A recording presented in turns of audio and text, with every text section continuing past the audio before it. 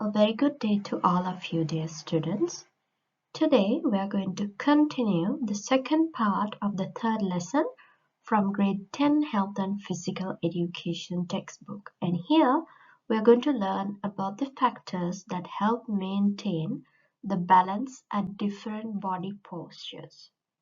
So in the last part of the lesson, we talked about 5 factors that help maintain the balance at different body postures, and we're going to talk about each of them now.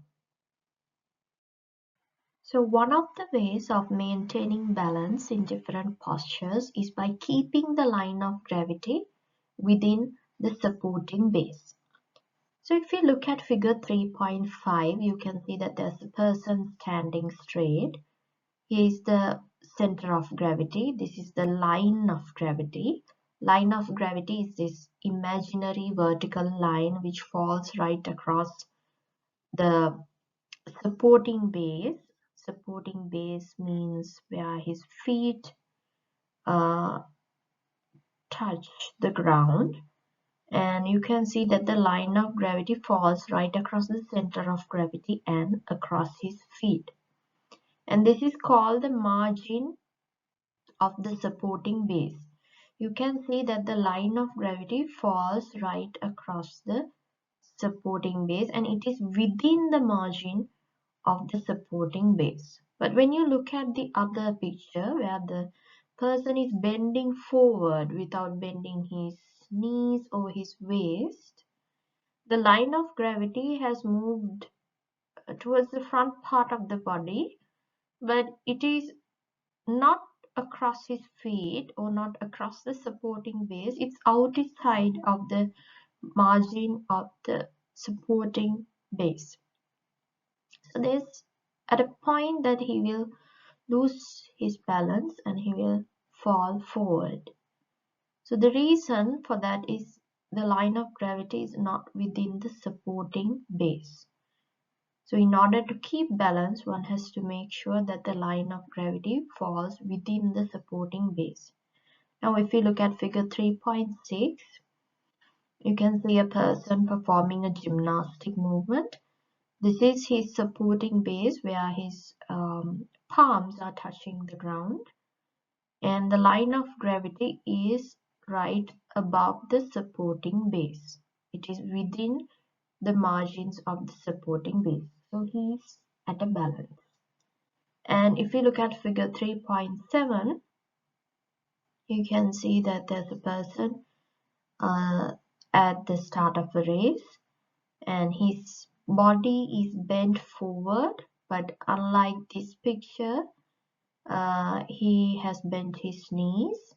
So his supporting base is wider, as you can see, and the line of gravity falls within the margin of the supporting base. So he is balancing his posture.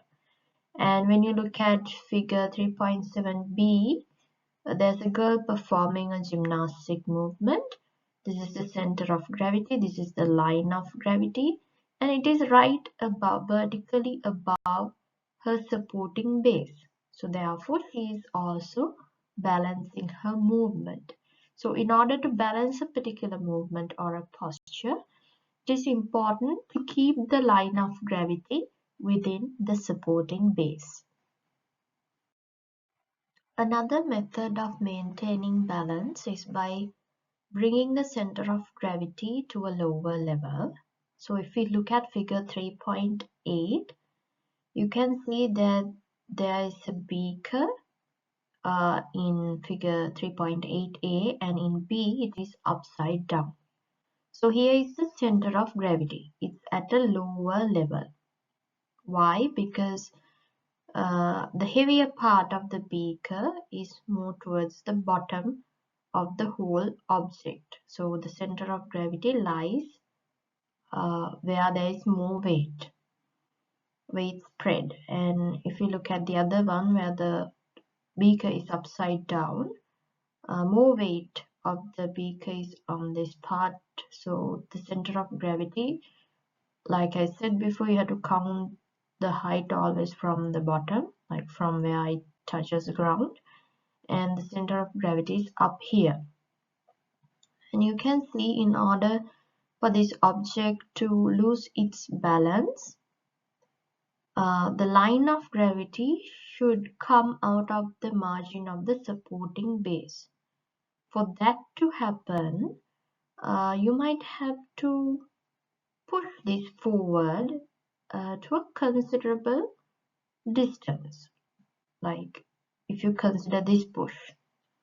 But if you consider the other beaker, which is upside down, you just have to slightly push it and it will fall on its own, because the center of gravity is up here and it is less stable than the other beaker where the center of gravity is at a lower level.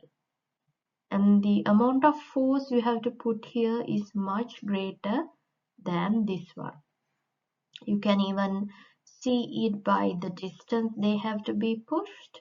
This is way less than figure 3.8a.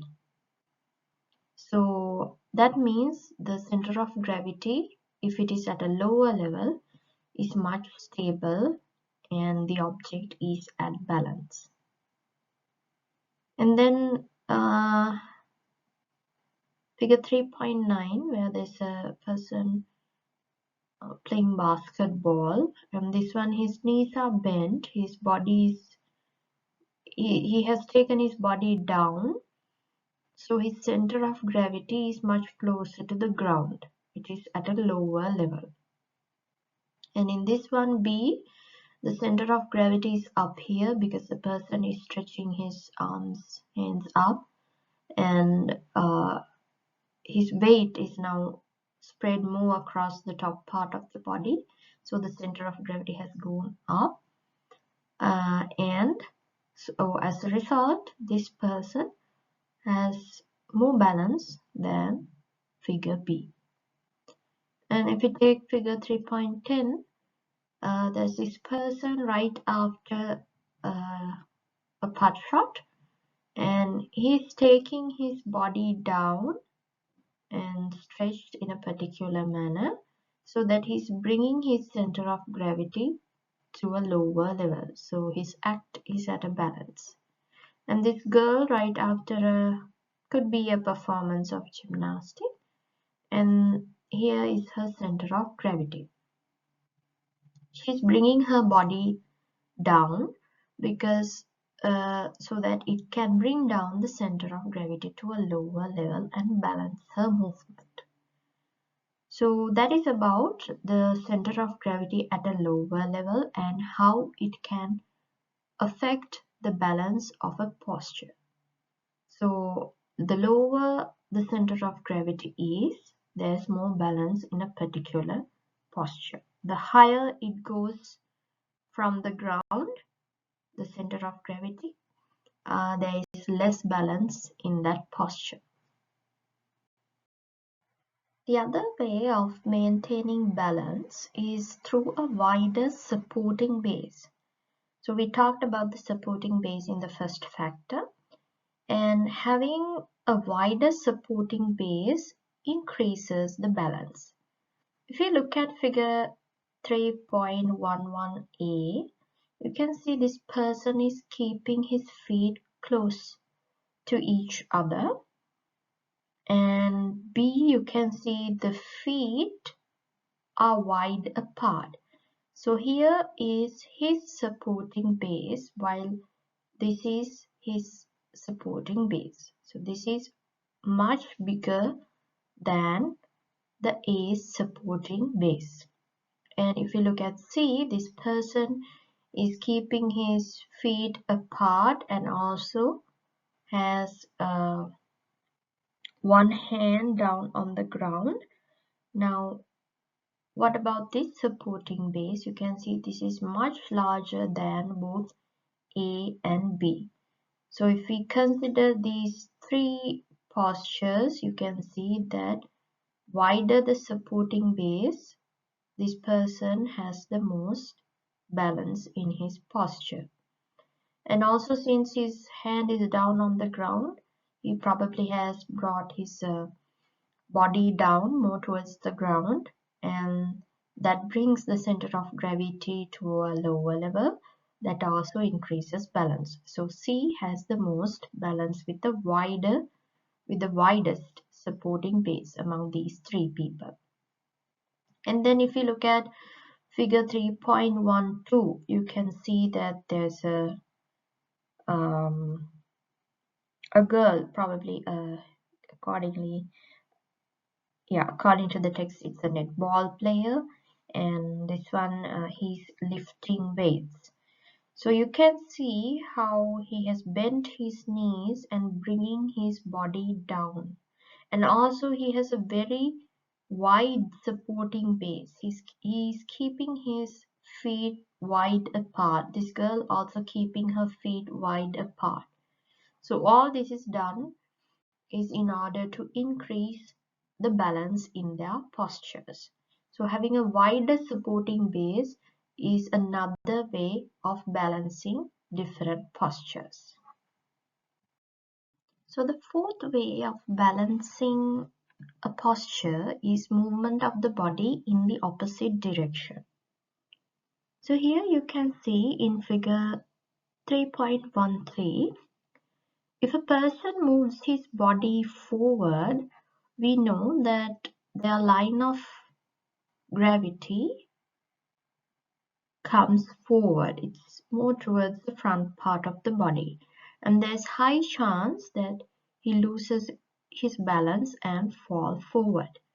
So what can be done is, here you can see in the other picture, when the person is stretching his, let's say it's left hand and left leg forward, at the same time he's stretching his right arm and right leg backwards, so that suppose the center of gravity was here, is bringing this back to where it was, and that is how it is balanced, by moving the body in the opposite directions. This is the final topic that we are going to talk under this part of the lesson. So another way of balancing your body at a different posture is by bending the body towards an external force. You have to make sure you are bending it towards the external force. So if we look at figure 3.14a, this person is leaning forward to catch a ball thrown at him.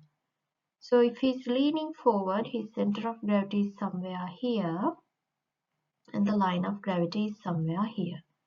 So when he catches the ball, and with the force he gets from the ball, he gets pushed backward a bit, and his center of gravity will be back to its original position, and he would be at a more balanced posture.